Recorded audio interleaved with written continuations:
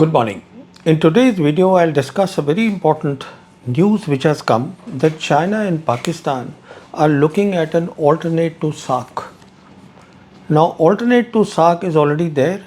It is a better alternate. China has been working on it for a few years and it is called China Indian Ocean Forum, where South Asia will play a very prominent role. Before I discuss this, there is a background that needs to be understood.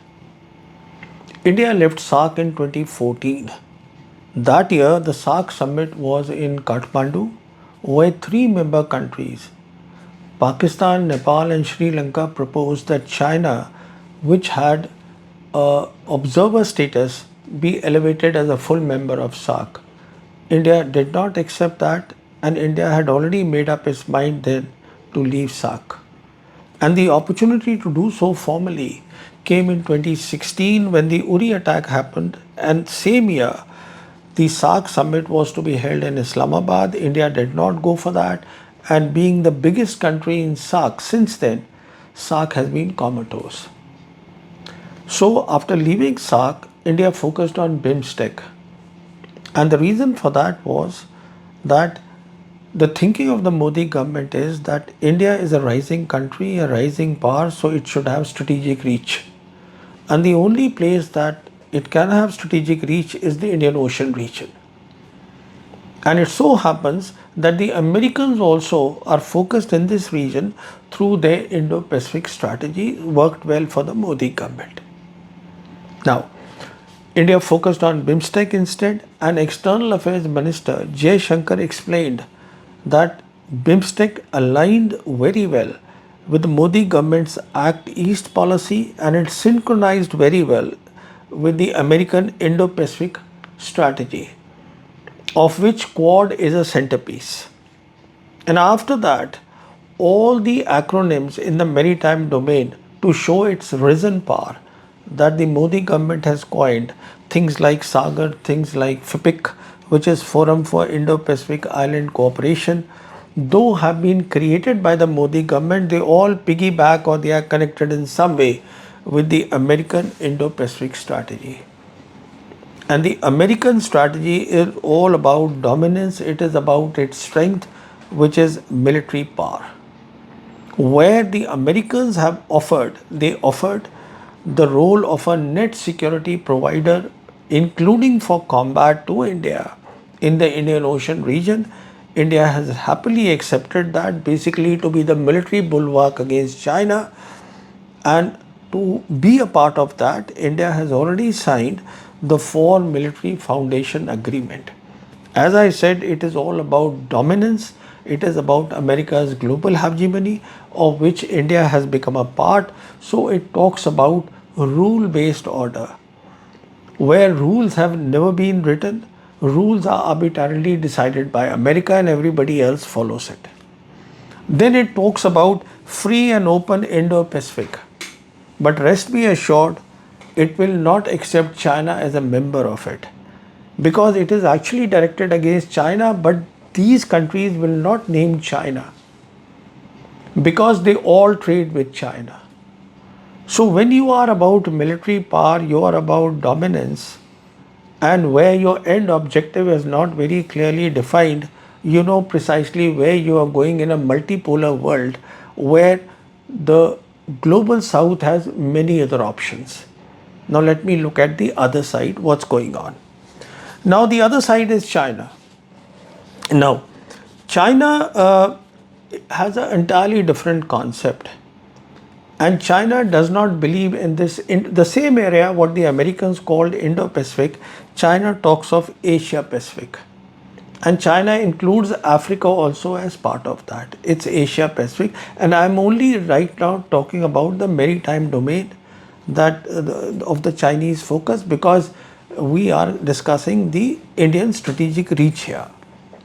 So what the Chinese did was that President Xi Jinping, in 2013, he announced the Belt and Road Initiative. So it had a component which is the land component and the maritime Silk Road.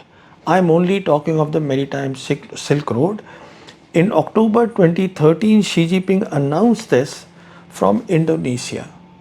Indonesia was carefully selected by the Chinese because it separates Indian Ocean region with the Western Pacific. It's a founding member of ASEAN. It is the fourth populous country in the world, so it's a huge market. It's a growing economy. In fact, the first Alibaba cloud export was done to Indonesia, and today we know Indonesia is a full member of BRICS. Then we know, as far as South Asia is concerned, Sri Lanka joined BRI, Belt and Road Initiative, in 2013, Maldives joined in 2014, Pakistan in 2015, Bangladesh in 2016, Nepal in 2017, and a MOU was signed for the Belt and Road Initiative with Afghanistan in 2016. So, leave aside India and Bhutan, all the countries of South Asia, they are on board BRI. Why? Because it is about development. It is about infrastructure building, it is about connectivity, it is about trade. And it is not that China does not get anything in return. China gets new markets. But the overall concept is what the Chinese called to develop a community of common destiny. That where not only China prospers, everybody else also prospers. So this is the whole game, very different from dominance. Here the game is what is called influence. Now when you talk of dominance, you are talking of spheres of influence. Entirely different concept. When you are talking of influence, what this means is that the more countries the Chinese technology goes, their connectivity goes, those countries will be sensitive. All the countries will be sensitive to Chinese core concerns and Chinese foreign policy, and that is what is called influence. It has nothing to do with military power. Now, having given this broad thing, now we look at the Chinese vulnerability in the Indian Ocean region, which is huge. Because annually 3 trillion worth of Chinese trade passes through the Indian Ocean region. And there are 3 choke points there. One is the Strait of Hormuz, Strait of Bab el-Mandeb, and we also saw that when the trade goes through the South Africa, along South Africa, it goes through the Mozambique channel. And there, if there is a bottleneck gets created, and that is a sort of a vulnerability. So this is that area which is the Western Indian Ocean region that has to be protected very well by the Chinese. And this is precisely what they are doing. And after that, that trade goes all along the Indian Ocean region, then goes to Strait of Malacca on to the Western Pacific. That's a different thing altogether. I am only focused on this area, Indian Ocean region, as I said, because this is where the Indian presence will be most. Now with this background, let's come to China-Indian Ocean Forum. Now this was started in 2022, the first meeting of this with 19 members. It was held in China, and after that each year in 2023, 2024 they've had a meeting. And the choice of these nations which are part of Indian Ocean region is very interesting and needs to be understood. Now when we look at South Asia, as far as the land component is concerned, all the small neighbors, they do not have connectivity with one another. They all have connectivity only with India. But when you look at the maritime component of South Asia, you realize that there are 4 countries which are connected through the sea, which is called the Global Commons. And they are Pakistan, Maldives, Bangladesh and Sri Lanka. Now Nepal is landlocked, but Nepal is connected to Bangladesh, unfortunately through the Siliguri corridor. So that is India sitting there, which is why Nepal joined the Belt and Road Initiative last in 2017, because they were also looking at the direct connectivity between China and Nepal. Now, so here we also know that Pakistan and China, they are ironclad brothers, very close strategic ties. Now at Djibouti here in the Western Indian Ocean region, Djibouti is a big military base of China, what they call logistics base. And on the other side in Pakistan, there is Gwadar and there is Karachi. So what the Chinese did was, as I said, the priority had to be given to the Western Indian Ocean region.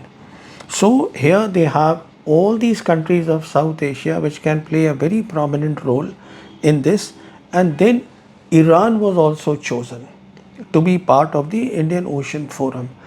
Because Iran has in any case a very important geography which gives it a lot of geopolitical advantage, but that besides, Iran controls the state of Hormuz and the state of Bab al-Mandeb through its proxy, which is the Houthis of Yemen. So Iran is also part of that. In any case, the relations between China and Iran today are ironclad.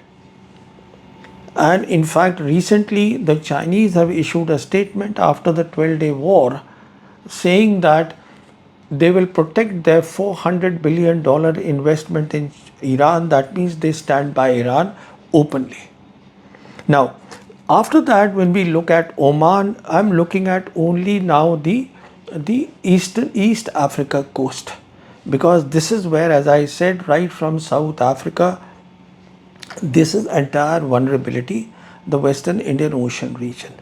So what the Chinese did was that to have good communications in the Western Indian Ocean region, in 2022, the year that they had the first meeting of the Indian Ocean Forum, they laid a submarine cable as well. And that is called PEACE, which is Pakistan and East Africa connecting Europe. Now this submarine cable, it starts from Gwadar and Karachi, it links it, and it comes all along the coast, the East Africa coast. And then from there it goes to Europe. So there is good communication, and in fact this will help a lot in the fourth industrial revolution when the Chinese technologies come here.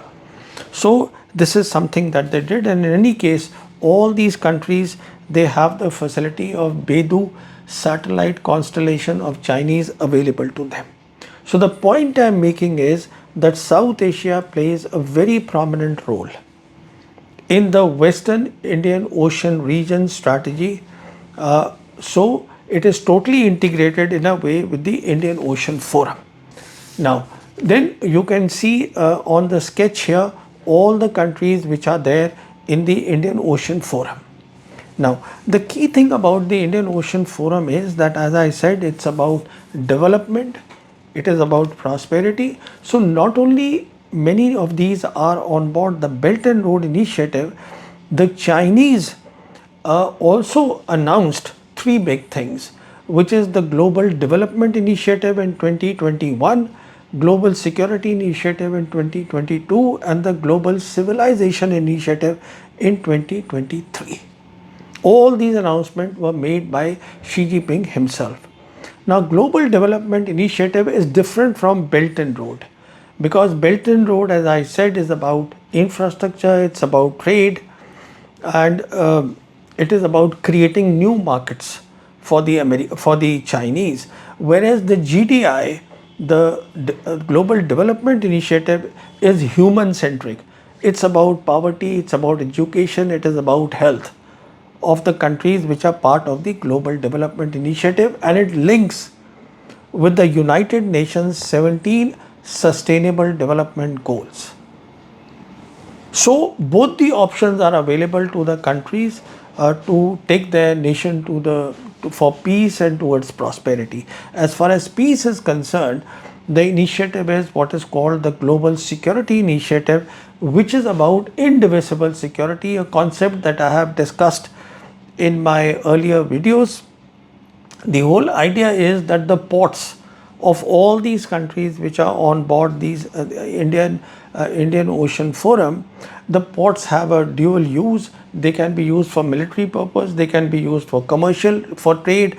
So this is what indivisible security is about, that you help me and I'll help you, that all the countries come inside the tent. That is, in very simple word, it's about. And then the Global Civilization Initiative is basically about China telling all the countries, we do not export ideology, we do not interfere in your internal matters. So this is that ideal situation for the global south countries to be there. Now, when you look at, as I said, the Indian Ocean Forum, you find Australia also there. Now, Australia formally did not send their representative to the Indian Ocean Forum, but they have a lot of interest in China. So, their unofficial representative was there. So, a different concept, community of common destiny, talking of influence. So, all the pieces were there. So everybody was aware about that SAARC is comatose. Everybody was aware that the Chinese are doing this Indian Ocean Forum. Then Sindoor happened, Operation Sindoor. And the big thing about Operation Sindoor was that the world saw that Pakistan emerged as a military peer competitor to India in that 4-day war. That was a big thing because that raised the geopolitical profile of Pakistan. And I think this is why the Chinese and the Pakistanis finally decided that Pakistan actually today appears, as far as military is concerned, military power, as far as their geography is concerned, which is essential for global geopolitics, and of course they have the back of China as a strategic alternate to India in South Asia. And South Asia, in any case, I have said the focus is no longer on land, it has come to maritime domain. So this is where all the pieces they fit in. So now the question is, when you look at all this, it is a possibility that all this will flourish. Why it will flourish is because most of these countries are global south countries, rather all countries are global south countries. They want peace, they want development. So there is no reason for them to leave this grouping, because they get not only the benefit of BRI, they also get the benefit of GDI, the GSI and the GCI, as I said. Now let's look at the other side, what's going on very briefly. Briefly, we had the Quad meeting in Washington where the joint statement, it mentioned Pahalgam, terrorism in Pahalgam, did not mention Pakistan because Pakistan profile obviously has gone up. Then we also saw Australia. In the joint statement, China was not mentioned because, as I said, Australia, for them, China is their primary trading partner for 16 years in a row.